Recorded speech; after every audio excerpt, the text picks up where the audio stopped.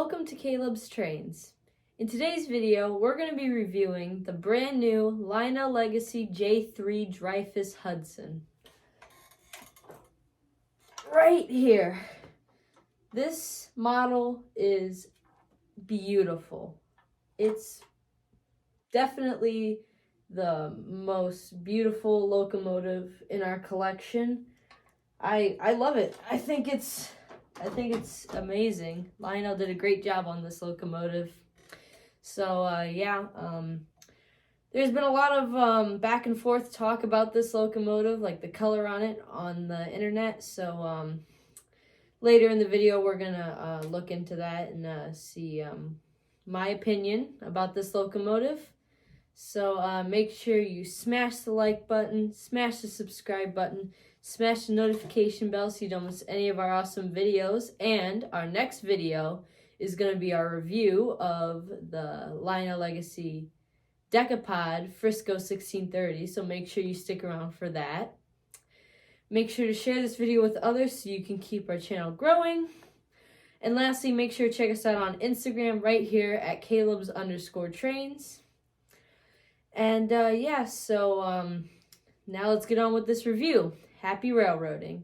All right, so here it is in all of its glory. I have the box right here. 2331412, New York Central Legacy Dreyfuss J3 number 5447. So this one, it comes with the scullin disc drivers with your darkened side rods, as well as your PT tender, your longer PT tender with the water scoop spray effect, which I'll showcase in a little bit once we get this thing fired up. But first, let's go ahead and check out all the details on this locomotive because this locomotive is very highly detailed. All right, so starting off with the front, you have your nice separately applied plaque. This is New York Central System.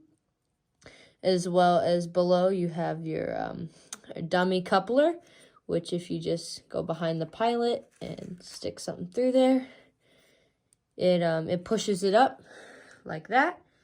If you want it like that, but I just don't like it. I like it hidden. You also have nice steps going up on the streamlined pilot on either side. You have your nice headlight here, as well as, I always like to call it like a mohawk, not the locomotive, but the haircut, which has a nice gold finish to it. Moving down the side of the locomotive, you have your nice water heater right here. And you have two legible, those aren't really focusing, there we go.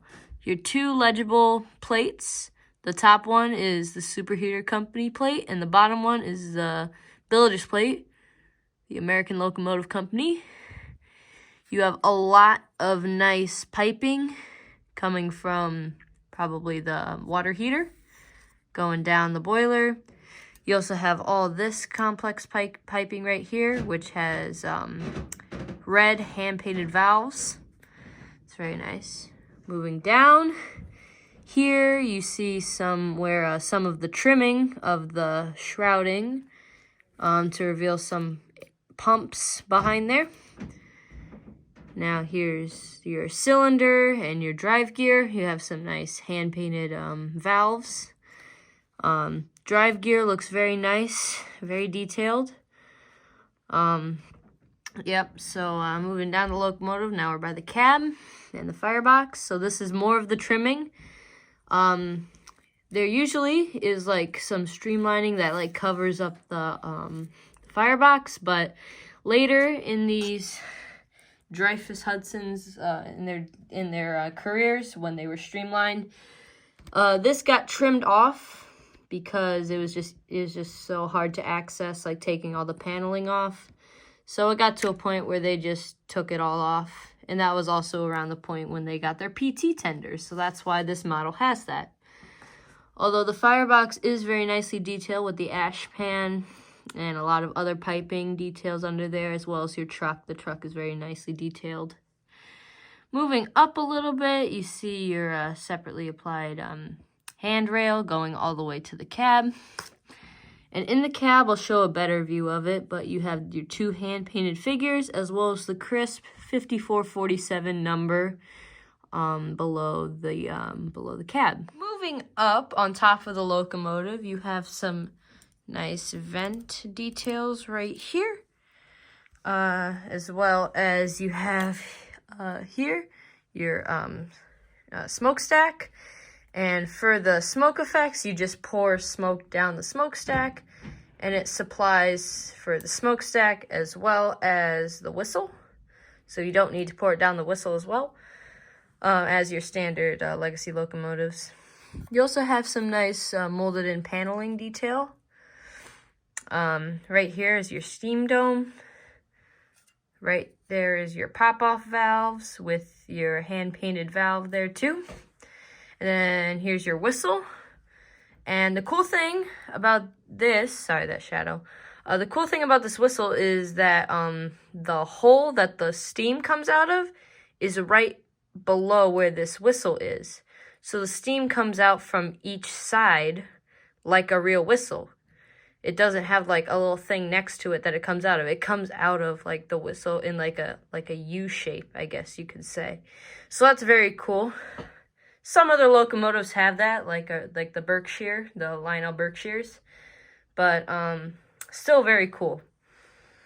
Then here we have these little paneling things here, which if you lift them up, they reveal your master controls. You know, your smoke and your run program switches. They're all in there, except your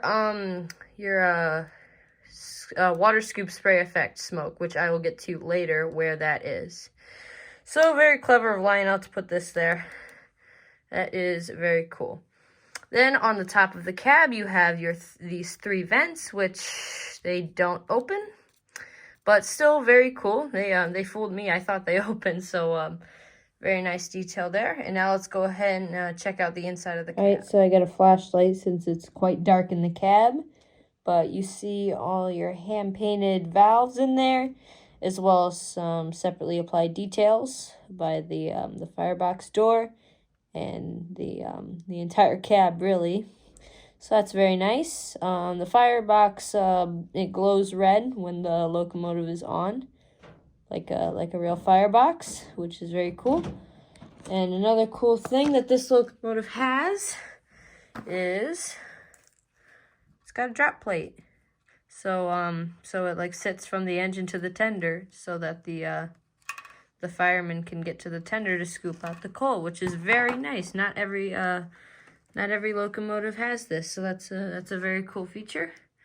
Now that I've moved the tender out of the way, we can see some more details, like these separately applied handrails to have the crew be able to get into the locomotive. And other than that, that's pretty much it for the back of the cab. So, yeah. Now let's go ahead and go to the tender. Alrighty, so here we have the PT tender, and we'll go ahead and just start off with the front here. So the front, nothing really special besides these doors. They swing up to reveal. To reveal the coal load. So that's a pretty cool feature. I'm not sure if the Niagara had this, because if you've been following us for a while, you'll know that we used to have a Vision Line Niagara. Not really sure if it had that. So that is pretty cool though. So yeah, let's move on to the side here. On the side, I forgot to mention this on the locomotive, but it's a lot more apparent on the tender. Lots of nice rivet detailing everywhere on the tender here. Very nice crisp lines in the New York Central. Very cool. We got a lot of nice piping detail here for the water scoop spray effect. Well, it's simulating the water, but the pipes. But the real pipes for the water scoop spray effect are these right here. So yeah, those are, it's a very cool feature. I don't know if Lionel improved this tender from the Niagaras, but it seems like it works a lot better than it did with the Niagaras. I don't know, maybe it's just because it's brand new, but I think they might have improved it a little bit because it seems to work a lot better. Anyways, moving on, we have a nice separately applied ladder here. I'll move to the back here. You have your nice crisp 5447 with your backup light right here. And then your gallons and your tons, 17,500 gallons of water and 43 tons of coal. You also have some nice separately applied handrails on either side, as well as 2 marker lights at the back of the tender.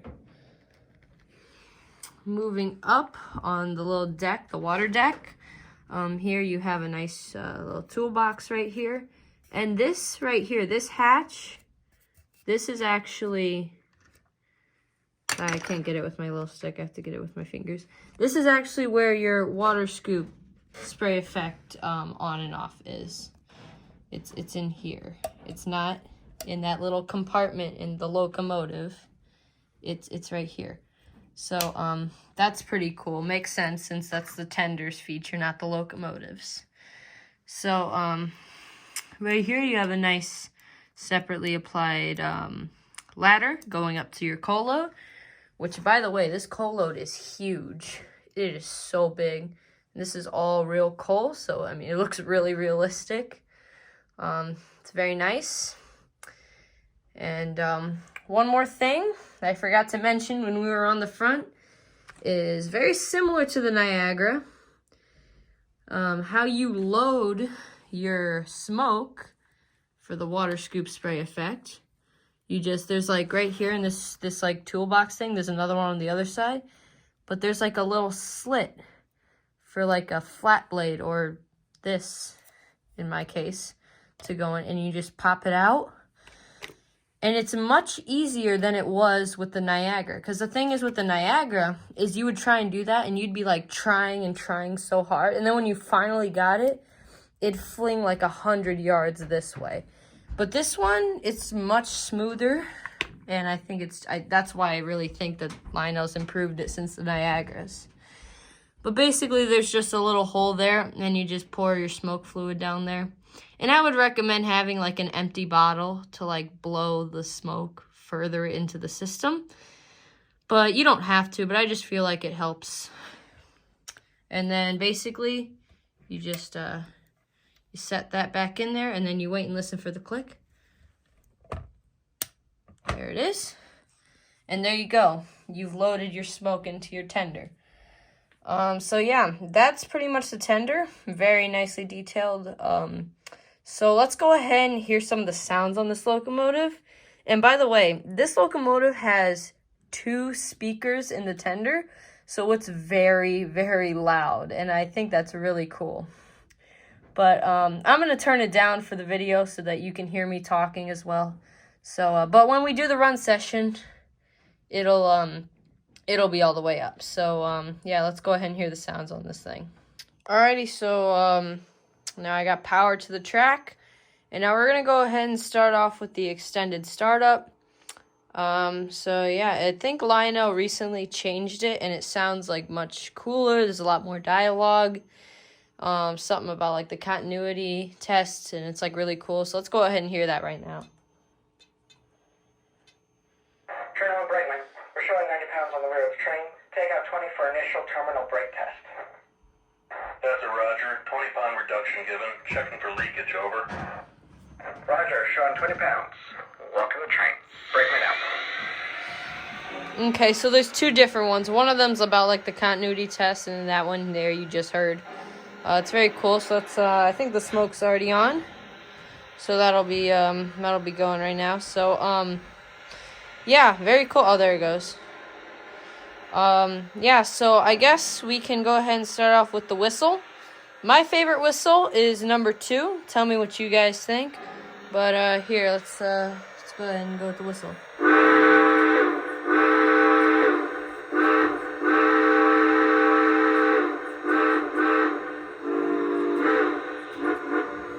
So as you can see there, I showed, it's kind of hard to see, But I tried to show what I was talking about with the smoke going around the whistle. Very realistic, but okay, so this next whistle, this is whistle number 3.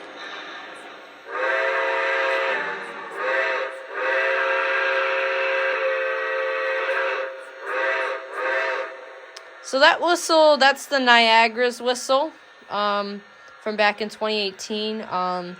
Very nice whistle. I still do like that whistle. Yeah, it's I always think it's like a authentic New York Central passenger whistle, so I really like it. All right, let's go to the next whistle. Okay, so this whistle, this is my favorite whistle, but I don't use it because it's obviously not prototypical to this locomotive. This is a nickel plate whistle, obviously for the 765. So still my favorite whistle, but not for this locomotive. I just really like it.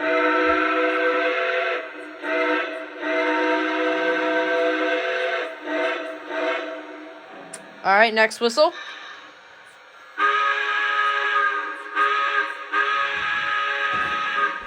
That kind of sounds like a Pensy whistle.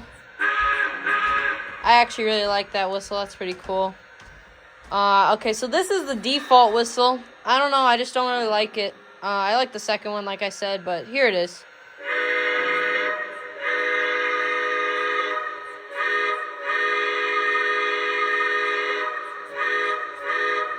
I guess it's pretty cool, but I mean, that's just me. I don't really like it. Okay, there we go. Let's go ahead and go for our bell sounds, bell pitches. That one's, I think that one's bell number 5. That's my favorite. Yeah, that was bell number 5. This is the default bell. The second one.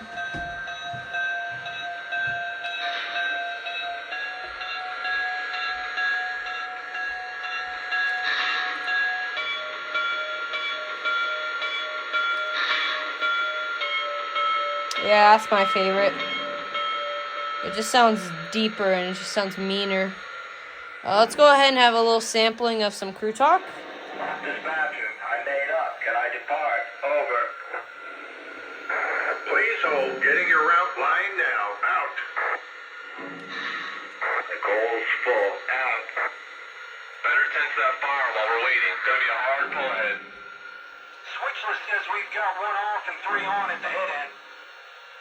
Timetable only gives us 10 minutes for this stop. I'll tend the fire. Don't jump off the tape. Gonna be here a while. Timetable has us floating here for number 9. She's running about 20 minutes late. Gonna be running on long if we don't move on soon. Gonna be here a while. Timetable has us floating here for number 9. She's running about 20 minutes late.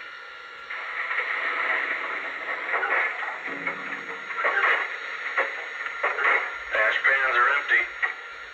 I really think that's a cool feature. It has the emptying of the ash pans sound effect. So yeah, that's pretty cool.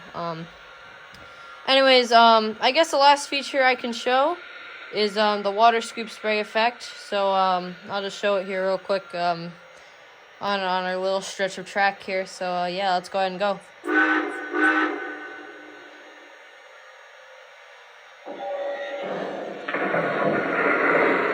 Here it is.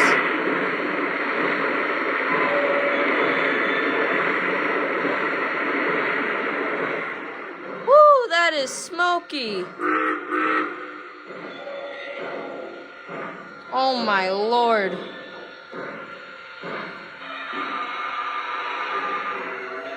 Yeah, and that's why I said I think this is improved from the Niagara, because I just turned the smoke unit on and I didn't even have to fidget with it at all. You guys wouldn't have been able to see because we didn't record it. That was all behind the scenes, but we'd have to like mess with the Niagara's tender to just get it to do the water scoop spray effect a little bit. It was such a pain. And this locomotive, I just started it up, and here we go. It just started, and it smokes a lot. This is a really good smoker. This is one of our best smoking locomotives. Another cool thing that I thought was cool, I found on accident, it has the spinning wheels, like the spinning drivers sound effect. Here I'll show. I'll give you a sample of it here.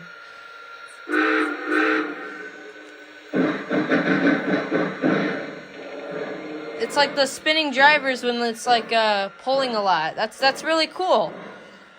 Like only Vision Line locomotives have that, and then this locomotive has it. That's pretty cool. Yeah. So like in the back here, you'll see your backup light and your red marker lights there. Yeah. This is very cool though.